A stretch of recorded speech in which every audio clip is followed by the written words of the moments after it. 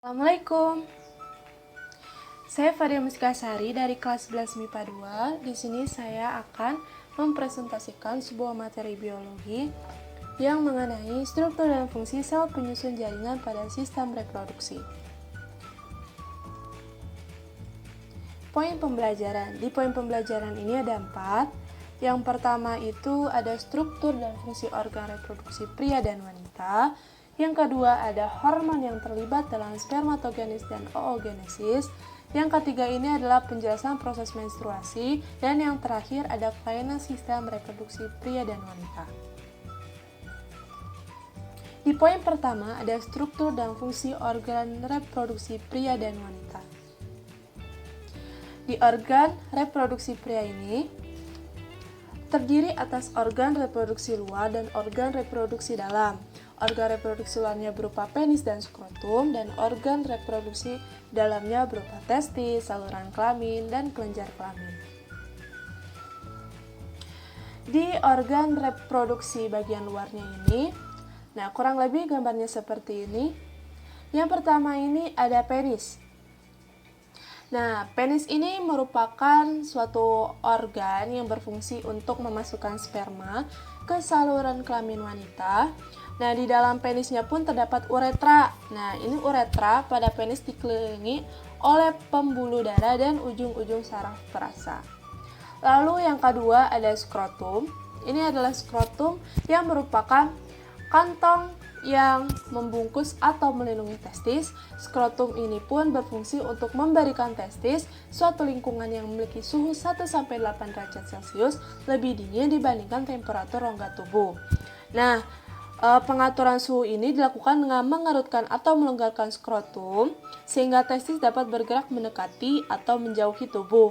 Testis akan diangkat mendekati tubuh pada suhu dingin dan bergerak menjauhi pada suhu panas. Di organ reproduksi bagian dalamnya ini, yang pertama ada testis atau gonad jantan.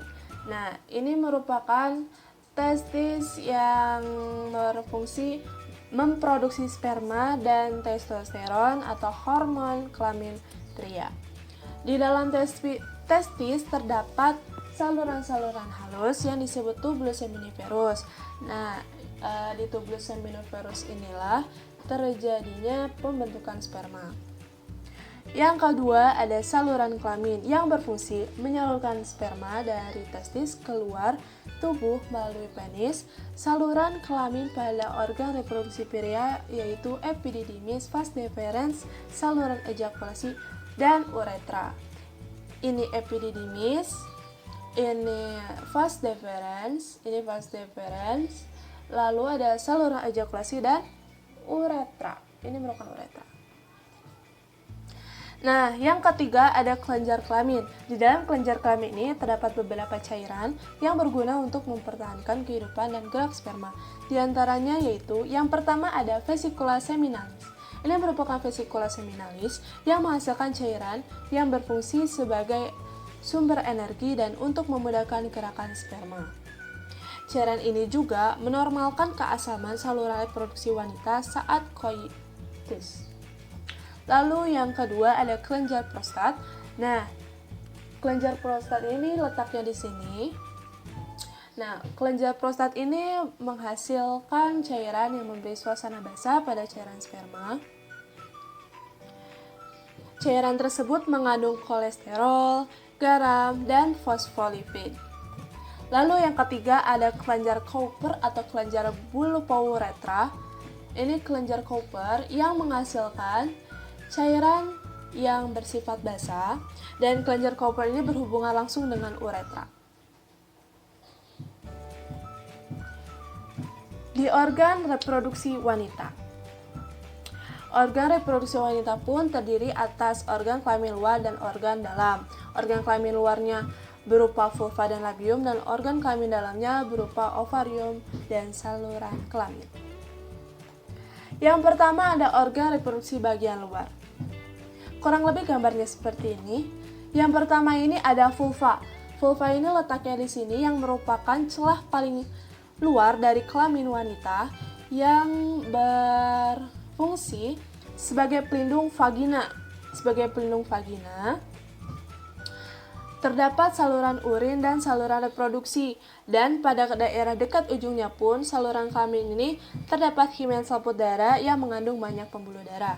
Nah, yang kedua ini ada labium. Labium ini merupakan bagian yang membatasi vulva. Ada dua macam labium. Yang pertama ada labium mayora. Labium mayora ini yang berfungsi melindungi alat kelamin pada bagian dalam dan tempat tumbuhnya rambut kemaluan.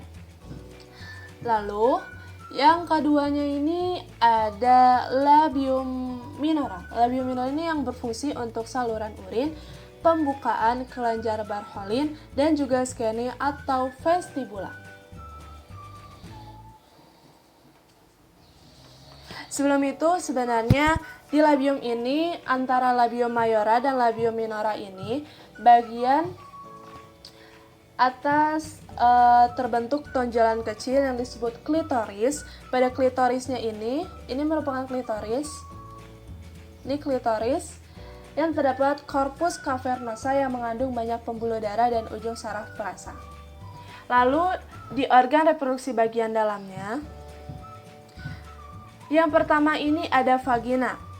Nah, vagina ini merupakan saluran akhir organ reproduksi wanita yang berfungsi sebagai jalan lahir bayi saat persalinan, serta tempat keluarnya darah saat menstruasi. Selain itu, vagina bermuara di vulva. Vagina yang mengandung banyak lendir yang dihasilkan kelenjar Bartholin ini, lendir berguna pada saat koitus dan mempermudah kelahiran bayi. Lalu yang kedua ada uterus. Uterus ini adalah rongga besar. Uterus ini rongga besar yang merupakan pertemuan ovidu kanan dan ovidu kiri.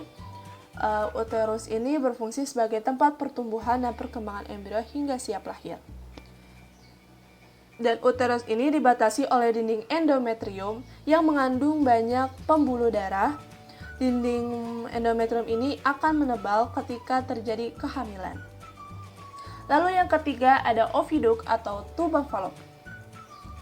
Ini merupakan tuba fallopi atau oviduk yang merupakan sepasang saluran yang ujungnya berbentuk corong disebut infundibulum. Tuba fallopi ini berguna sebagai tempat terjadinya fertilisasi. Lalu yang keempat ada ovarium yang merupakan penghasil ovum. Nah, ovarium ini berfungsi mengeluarkan hormon steroid dan peptida seperti estrogen dan progesteron. Dan terdapat dua buah ovarium, yaitu di sebelah kiri dan kanan. Di poin kedua ini ada hormon yang terlibat dalam spermatogenesis dan oogenesis. Yang pertama di spermatogenesis. Spermatogenesis ini atau produksi sel-sel sperma dewasa merupakan proses yang terus-menerus dan profilik pada jantan dewasa, proses pembentukan sperma yang terjadi di dalam tubulus seminiferus.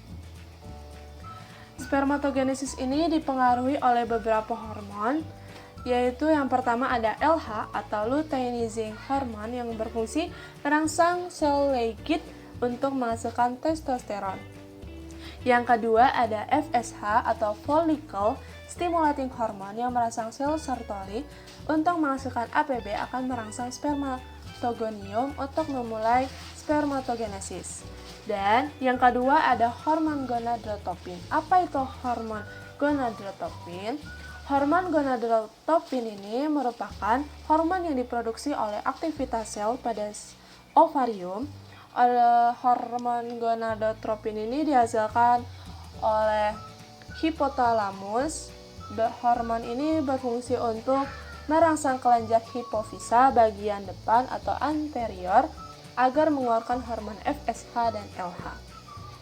Lalu yang kedua ada hormon testosteron. Hormon testosteron ini adalah hormon yang terdapat pada pria yang dihasilkan oleh testis atau buah zakar.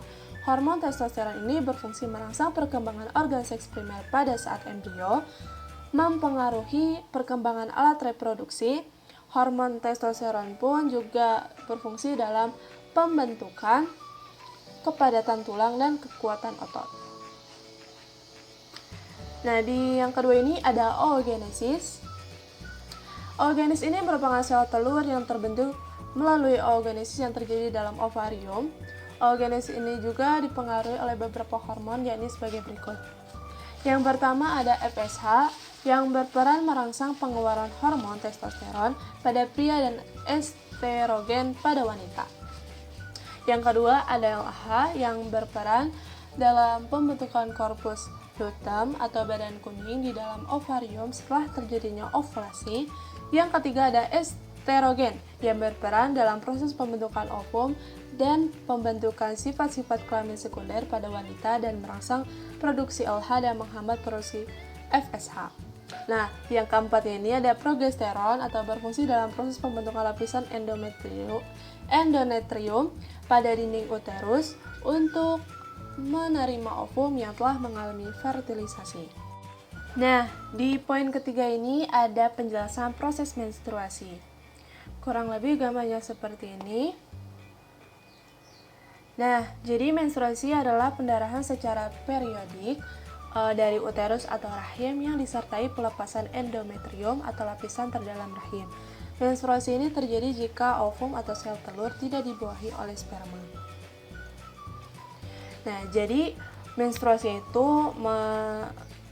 mengalami 4 tahapan. Yang pertama ada fase menstruasi atau pendarahan. Jadi fase ini terjadi apabila ovum tidak dibuahi oleh sperma. Dalam keadaan tersebut, korpus atau luteum menghentikan produksi estrogen dan progesteron. Akibatnya, ovum meluruh bersama-sama dan endometrium. Kondisi ini ditandai adanya pendarahan melalui vagina. Nah, yang kedua ini ada fase praovulasi atau folikuler. Nah, pada fase praovulasi atau folikuler ini terjadi proses sekresi hormon atau FSH oleh kelenjar hipofisis anterior. Pada saat fase folikuler ini, produksi FSH mengalami proses kenaikan di mana peran dari hormon FSH ini adalah mengubah folikel primer yang terbentuk pada tahapan sebelumnya menjadi folikel sekunder. Nah, folikel sekunder yang terbentuk menyebabkan produksi hormon estrogen dan kemudian akan terjadi penebalan dinding endometrium. Yang ketiga ada fase ovulasi. Pada fase ovulasi, hormon estrogen akan mempengaruhi hipofisis anterior untuk sekresi hormon LH yang berperan dalam memicu ovulasi untuk melepas oosis sekunder. Fase ovulasi merupakan tahapan di mana ovum atau sel telur ini siap dibuahi oleh sel sperma. Kondisi yang terjadi pada fase ovulasi adalah sebagai berikut. Yang pertama ada folikel mencapai kematangan. Yang kedua ada sekresi hormon estrogen meningkat. Yang ketiga ada sekresi hormon FSH dan LH meningkat. Dan yang terakhir ada sel telur keluar dari folikel. Dan pada tahapan terakhir ada fase pasca ovulasi atau luteal. Tahapan yang terakhir ini terjadi pembentukan korpus luteum yang akan menghasilkan hormon progesteron. Hormon ini berperan dalam penebalan dinding endometrium sehingga keadaan dinding endometrium ini akan semakin menebal. Jika terjadi pembuahan, dinding endometrium ini akan dipertahankan dan semakin menebal dan fase menstruasi tidak terjadi. Jika ovum tidak dibuahi, maka akan terjadi peluruhan dinding endometrium dan terjadi menstruasi. Nah, di poin terakhir ada kelainan pada sistem reproduksi pria dan wanita.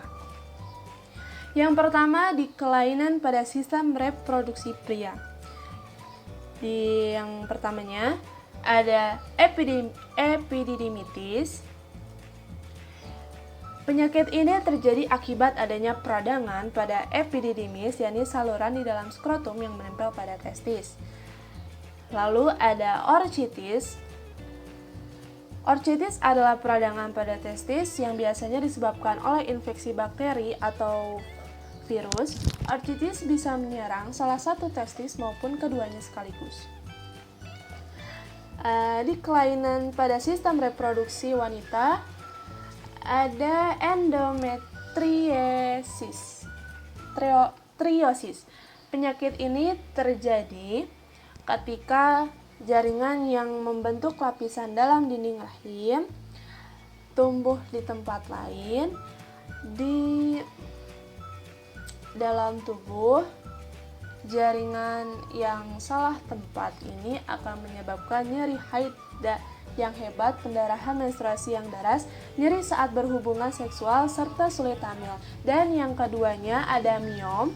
Miom ini adalah tumor jinak yang tumbuh di rahim. Tumor pada miom terbentuk dari jaringan otot rahim. Penyakit pada sistem reproduksi. Wanita ini sering menyerang wanita di usia produktif. Sekian dari saya. Maaf apabila masih ada kekurangan dalam video ini ataupun perkataan. Terima kasih atas perhatiannya. Wassalamualaikum warahmatullahi wabarakatuh.